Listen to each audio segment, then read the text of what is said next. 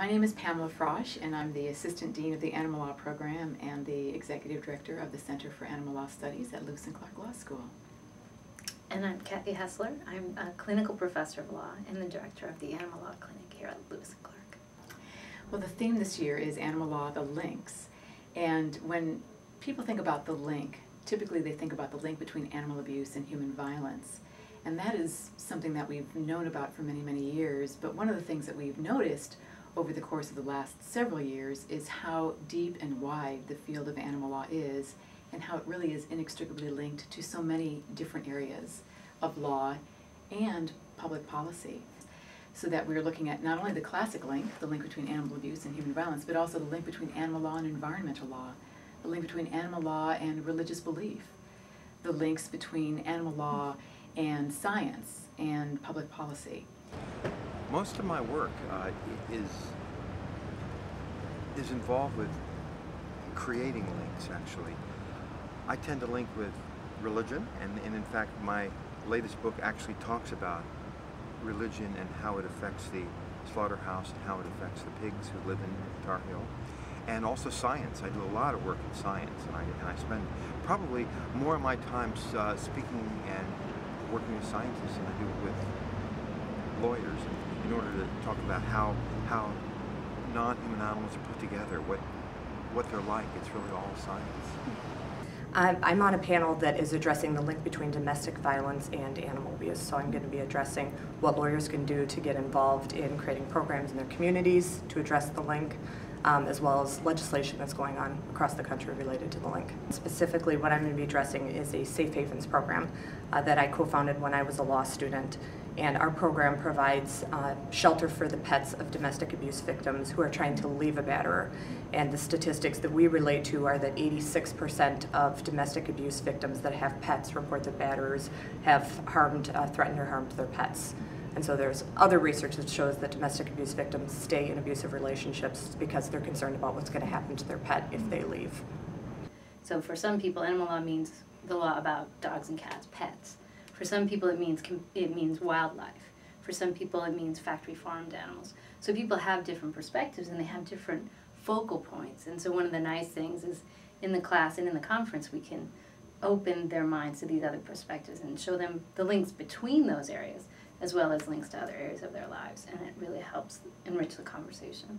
Well, what I do with the Humane Society of the United States and Dogfighting Campaign is I oversee all of our operations as it relates to the positive, pit bull dog training sessions that we have in Chicago, mainly right now, like in the Austin community on Chicago's west side and the Inglewood community on Chicago's south side of Chicago. There's an estimated 40,000 dog fighters across the United States that are on the radar.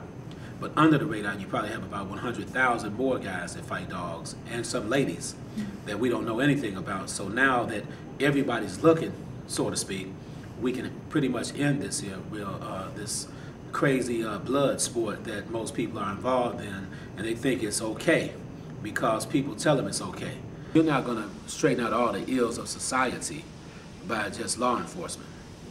We have to have other avenues and outlets for young men and women who come from these dysfunctional neighborhoods and families. So to try to be punitive all the time is kind of ludicrous, okay, to me. We need to put a remix on everything we do and begin to champion this cause together. And what I like is that we have people from all cultures and communities getting involved now. It's not just the black community, Latino, everybody. That's what it's going to take, like building up a healthy, humane nation.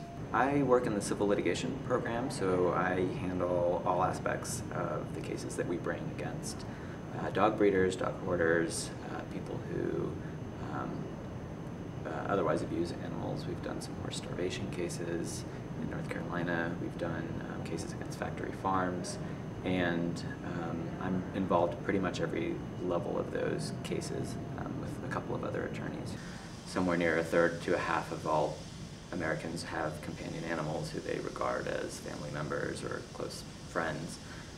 And I think those people would be surprised to learn that those animals are property in the eyes of the law. And on some issues, I think the public is far ahead of the legal system, and the legal system is trying to keep pace with pretty rapid developments in how we see our connections to animals. What I think of animal law is really it's about human beings and not animals as much, because if you look at our legal system and how different animals are treated in the legal system, it's very much tied to how we as human beings view those animals. So if they're valuable to us as a commodity, or if they're valuable to us as a family member, if they're valuable to us as a natural resource, depending on that value, that's how our legal system determines how that animal will be treated. So animal law really brings together lots of different human perspectives, and I think people are really interested in it because people are having an awakening or a consciousness about addressing how we treat animals, and that we need to consider their interests in the legal system. People have different views on how you do that, but that it's something that's worthy of consideration is,